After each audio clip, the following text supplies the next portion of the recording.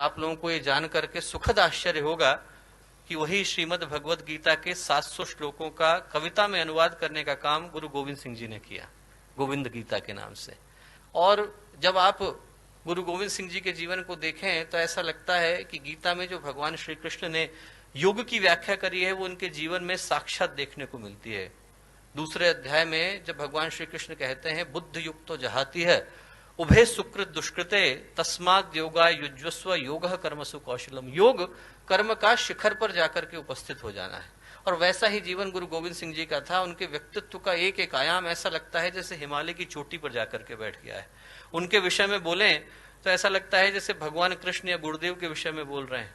3000 के करीब पुस्तकें गुरुदेव ने लिखी, 24 गायत्री के महापुरुष शरण करे, इतना बड़ा संगठन खड़ा किया, साधक थे, संत थे, तपस्वी थे। व्यक्तित्व का हर आयाम शिखर पर था। और वैसा ही गुरु गोविंद सिंह जी के विषय में बोलते हुए लगता है।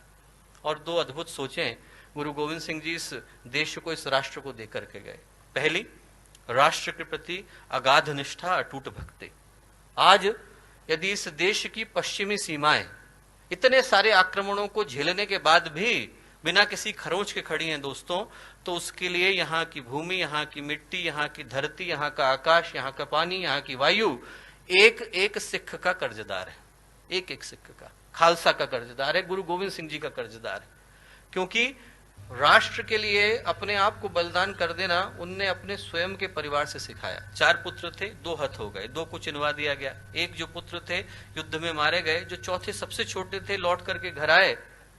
गुरु गोविंद सिंह जी ने पूछा क्यों आए? बोले प्यास लगी थी। बोले वहां मैदान में शत्रुओं का लहू बह रहा है, उसी लहू से अपनी प्यास बुझाना। वापस भेज दिया। वो भी हत हो गए। 4 पुत्र मारे गए।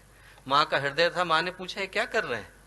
तो गुरु गोविंद सिंह जी बोले इन पुत्रन के शीस पर मार दिए सुत 4। 4 मुए तो क्या हुआ, जीवित कई हजार। हजारों पुत्र है मेरे, 4 गए तो क्या हुआ। ये है राष्ट्र के प्रति निष्ठा दोस्तों। एक एक खून का कतरा बहा देना, एक एक सांस को सुपुर्द कर देना, ये राष्ट्र धर्म है। धर्म वो नहीं है कि हम मंदिर में जाएं, घंटे घड़ियाल बजाएं, भगवान के कान दुखाएं। धर्म वो है जब हम लोग राष्ट्र के प्रति अपने दायित्वों की रक्षा करते हुए अंतिम सांस को भी शहादत की तरह सुपुर्द कर देते हैं। वो राष्ट्र धर्म कहलाता है। और वो गुरु गोविंद सिंह जी ने हमें सिखाया।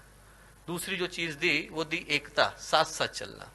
बड़ा दुख होता है जब लोग धर्म के नाम पर तोड़ने की भाषा का प्रयोग करते हैं। धर्म तोड़ना नहीं सिखाता, धर्म जोड़ना सिखाता है। धर्म गिरना नहीं सिखाता, धर्म उठना सिखाता है। धर्म बंटना नहीं सिखाता, धर्म मिटना सिखाता है।